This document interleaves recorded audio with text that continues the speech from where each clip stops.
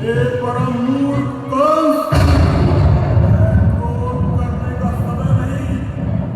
तू अपने हाथों अपने हाथ को आग लगाने जा रहा है। हे मूर्ख, इसे तू इतनी प्रसन्नता के साथ रथ में बैठा कर ले जा रहा है। हे बाहर की संतान तुझे मार डालेगी। आज मगर तेरा काल होगा, तेरा काल होगा, जो तुझे मार डालेगा। मेरा काल मुझे मार डालेगा। देवकी की आठवीं संतान मुझे मार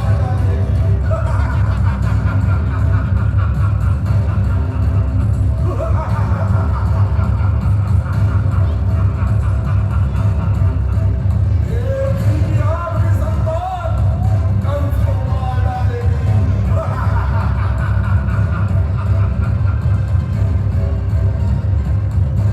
देवता भी जिसका प्रताप सुनकर कांपने लगते हैं। जिसकी प्रतिमात्र के विचलन से समस्त दिशाएं डोल जाती हैं। ग्रह, नक्षत्र, तारागण जिसके कारण अपनी चाल बदल लेते हैं,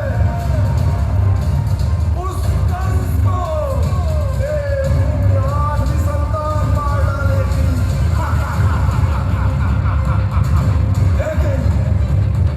लेकिन मैं अपनी मृत्यु के मूल कारण को ही नष्ट कर डालूंगा। ना रहेगी देवकी और ना होगा उसका आठवां पुत्र। क्योंकि कंस कभी नहीं मर सकता, कंस कभी नहीं मर सकता, कंस कभी नहीं मर सकता।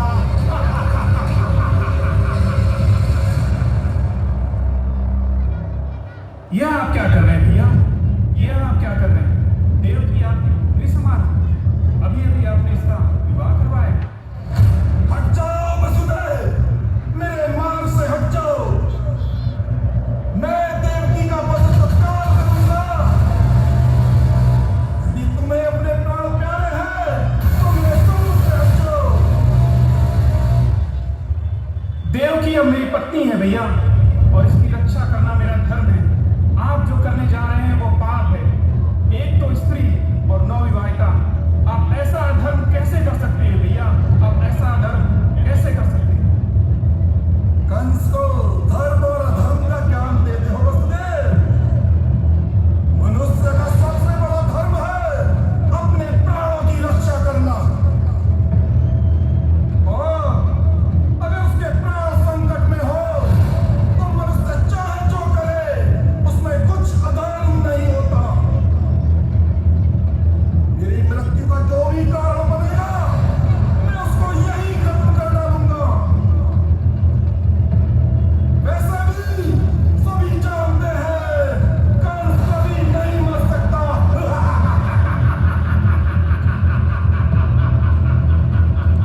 वसुदेव, कंस कभी नहीं मर सकता। संसार में ऐसा कोई नहीं है जो कभी नहीं मर सकता। अगर मेरे और देवकी के प्राण लेने से आप अमर हो जाएंगे तो हम दोनों इसी क्षण मृत्यु के लिए तैयार हैं। परंतु जन्म के साथ ही मनुष्य की मृत्यु ही जन्म लेगी। कंस को भय दिखाते हो। कंस किसी से भयभीत नहीं होता। कंस किसी से भयभीत नहीं होता वसुदेव। तो फिर आपको किसका भय है भैया? तो फिर आपको किसका भय है? इस अबला नारी का? परंतु उसकी संतान, क्या तुमने आकाशवाणी को नहीं सुना? ठीक है, देवकी से तो आपको कोई भय नहीं है। भय तो उसकी आठवीं संतान से है, जैसा कि मैंने उस आकाशवाणी में सुना था। तो मैं वसुदेव आपको वचन देता हूं कि जब तक देवकी से होने वाली प्रत्येक संतान को मैं आपको स्वयं न सौंप दूं, तब तक मैं वचनबद्ध हूं। लेकिन देवकी को छोड़ दीजिए भैया, देवकी को छोड़ दीजिए। कंस को मूर्ख समझते हो?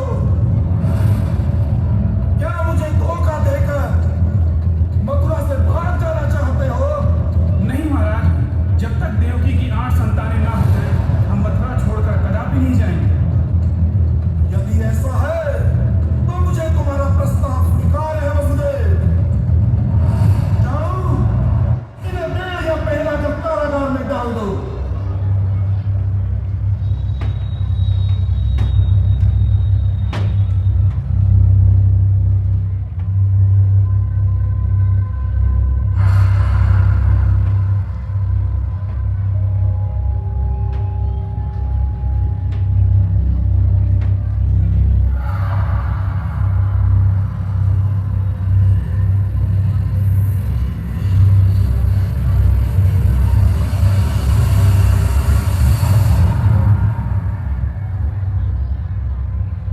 महाराज को मेरा धन्यवाद करना और कहना कि जब तक देवकी की 8वीं संतान नहीं हो जाती, तब तक हम वचनबद्ध हैं।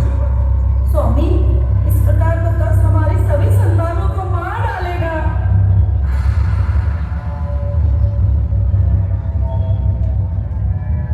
मैं जानता हूं देवकी, और यही ठीक भी है, क्योंकि यदि कंस के पाप की अति करनी है और पृथ्वी के बोझ को हल्का करना है, तो तुम्हें ये बलिदान देना ही होगा देवकी। इसे तब समझो, हमारे कल्याण के लिए यही आवश्यक है। जिस प्रकार अंधकार के बाद प्रकाश आता है और हमें विश्वास और धैर्य के साथ उस प्रकाश के आने की प्रतीक्षा करनी है।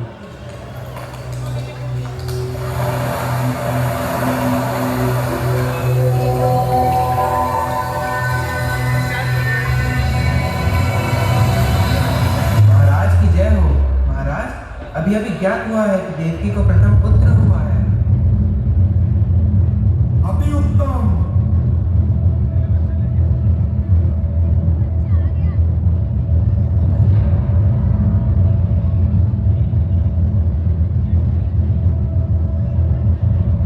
प्रणाम महाराज। जैसा कि मैंने आपको वचन दिया था कि देवकी से होने वाली प्रत्येक संतान मैं आपको स्वयं समर्पित करूंगा। अतः ये प्रथम संतान में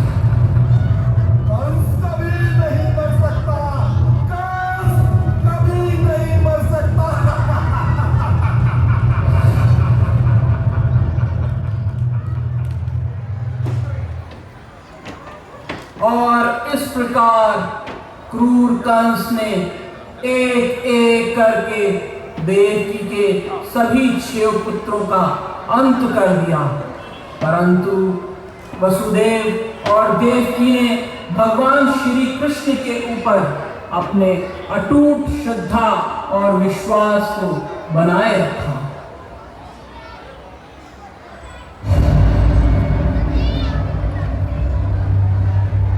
आर्य, देखिए यह चमत्कार। ऐसा लगता है जैसे मेरे गर्भ में एक दिव्य प्रकाश प्रवेश कर गया है, जिसकी ज्योति का प्रकाश चारों ओर फैल रहा है। देवी, यह तो बड़ा अद्भुत चमत्कार है। ऐसा लगता है कहीं कहीं यही तो हमारे तारणहार नहीं है। किंतु यह तो साधुआ अलग है। हाँ, किंतु किंतु किंतु फिर भी लगता है जैसे यह तो बहुत ही अद्भुत बना।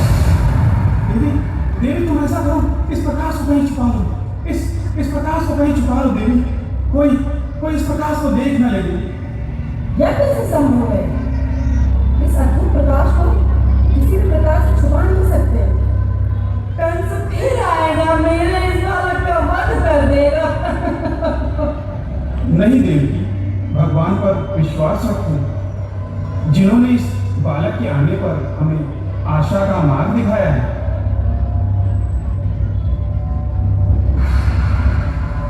महाराज की जय हो। महाराज, देवकी के गर्भ से एक बहुत ही अद्भुत प्रकाश निकल रहा है और सारा कारागार उस प्रकाश से प्रकाशमान हो रहा है। क्या कहा? सारा कारागार किसी अद्भुत प्रकाश से आलोकित हो रहा है और वे समस्त प्रकाश देवकी के गर्भ से ही उत्पन्न हो रहा है। क्या यह कहीं कोई माया तो नहीं? यह तो देवकी का 7वां पुत्र है। कहीं यह उस विष्णु की माया तो नहीं? मैं जानता हूं वह विष्णु बहुत मायावी है। निसंदेह यह उस मायावी विष्णु की ही कोई माया है। ठीक है सैनिकों, तत्काल कारागार की तरफ प्रस्थान करो।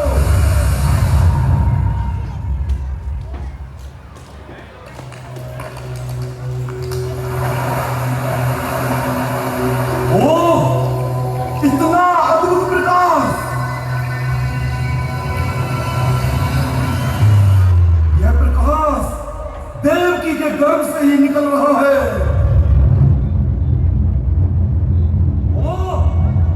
इतना अचंभित करने वाला प्रकाश! पूरा कारागार आलोकित हो रहा है। इसी क्षण मैं देवकी के पेट से निकलने वाले इस प्रकाश को नष्ट कर दूंगा। मुझे कुछ दिखता क्यों नहीं? यह तो बहुत दिव्य प्रकाश है।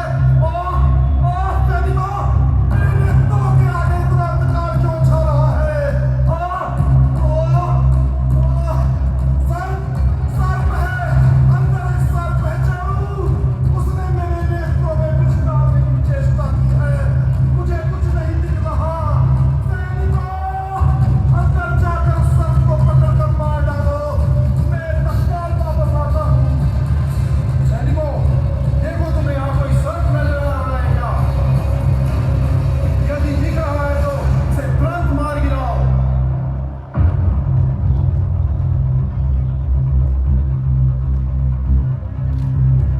स्वामी, यहाँ तो कोई सर्प नहीं है।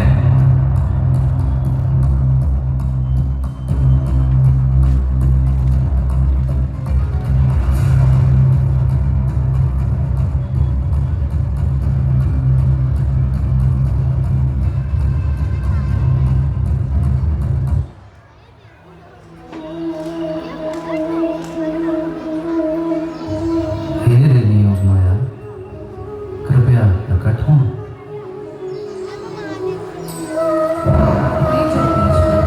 मैं आपकी सेवा में उपस्थित हूँ। कृपया मुझे बताएं कि मुझे क्या करना है। हे देवी, हमारे पास आपके लिए एक कार्य है। तुम देवकी के गर्भ से उसके 7वें पुत्र को वसुदेव की दूसरी पत्नी रोहिणी के गर्भ में स्थित कर दी। इस प्रकार एक गर्भ से निकाले जाने और दूसरे गर्भ में स्थापित होने के कारण ये बालक संकर्षण कहलाएंगे, क्योंकि कंस देवकी की 7वीं संतान के प्रकाश के कारण उसे मारने की योजना बना रहा है। अतः इस कार्य को शीघ्र अतिशीघ्र संपन्न करें। हे सर्वेश्वर, जैसी आपकी आज्ञा।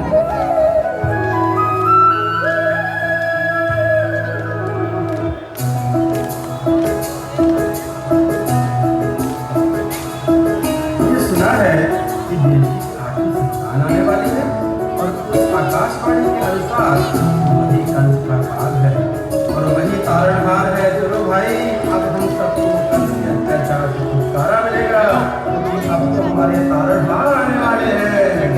हाँ भाई, तो इसका मतलब अब तो हमें किसी से भयभीत होने की जरूरत ही नहीं है, क्योंकि अब तो हमारे तारणहार आ रहे हैं।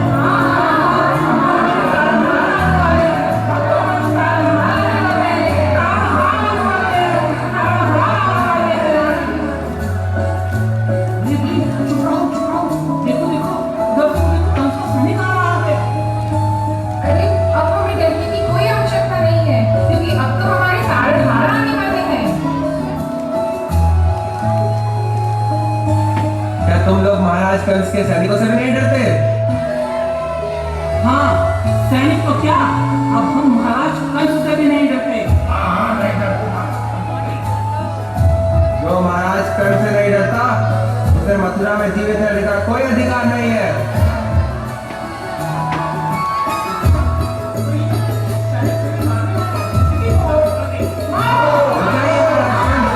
बताइए बताइए महाराज कंस से।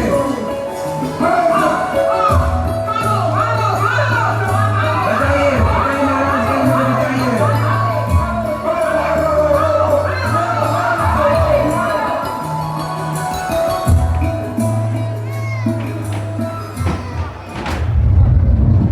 महाराज कंस की जय हो।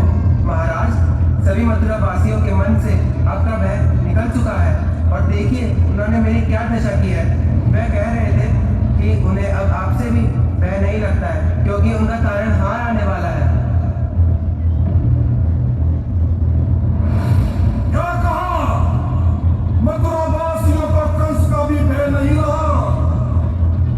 सैनिकों, तुम सभी जाओ और पूरे मथुरा नगर में जो कोई भी विष्णु की पूजा करता दिखे या उसकी बात भी करता दिखे, उन सबको चुन चुन कर इतना मारो कि विष्णु का नाम तो क्या, उसका विचार अपने मन में लाने से भी कांप उठे।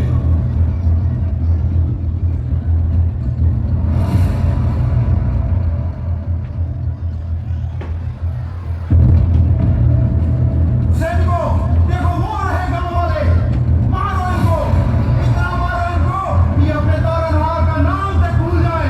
मारो मारो।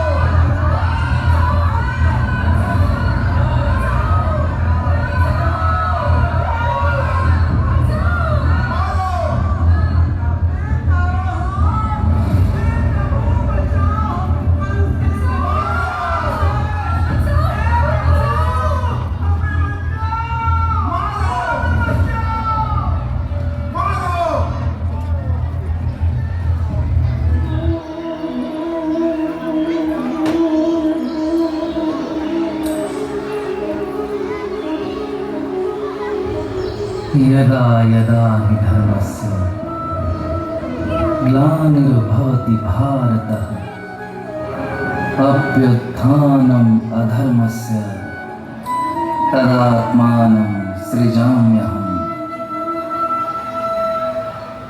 जब जब इस धरती पर अधर्म बढ़ता है, तब तब धर्म की स्थापना के लिए मैं बारंबार इस धराधाम पर अवतरित होता हूँ। अब इस क्रूर कंस के अत्याचार मेरे इन भक्तों पर अपनी चरम सीमा पर आ चुके हैं। तो तो अब समय आ गया है कि इस कंस के अत्याचारों का अंत कर दिया जाए।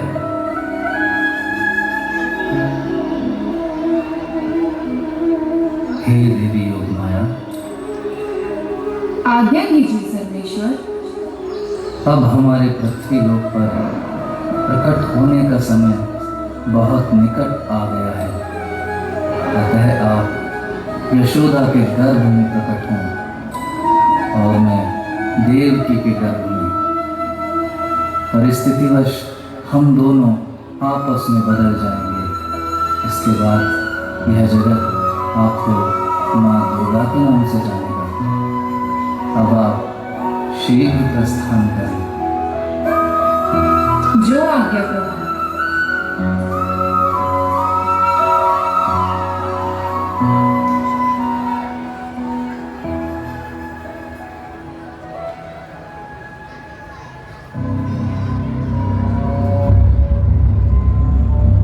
प्रणाम माता। हे वसुदेव, तुम इसी क्षण गोकुल के लिए प्रस्थान करो। परंतु माता, मैं जाऊंगा कैसे? मेरे हाथ पैरों में तो बेड़ियां बंधी हैं और बाहर पहरेदार भी हैं। तुम चिंता मत करो, तुम स्वतंत्र हो जाओगे। अब कोई बंधन नहीं रहेगा। अब अपने पुत्र को लेकर शीघ्र यहाँ से चले जाओ और गोकुल में नंदराय के घर यशोदा के पास उन्हें रखाओ। वहाँ यशोदा के यहाँ अभी अभी एक बालिका ने जन्म लिया है। उसे यहाँ उठाकर अपने पास ले आओ।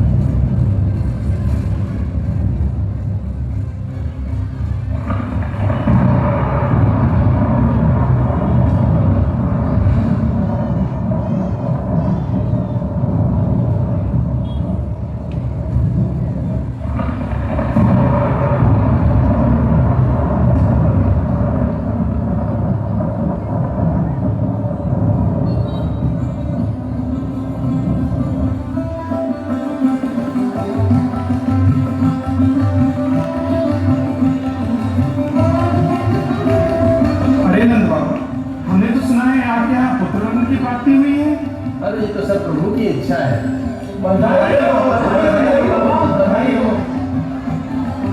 जरा हमें भी दर्शन तो कराइए। हाँ हाँ अवश्य, अभी दरबार भेज दीजिए, उसके बाद दर्शन कराइए। हाँ चलो भाई चलो।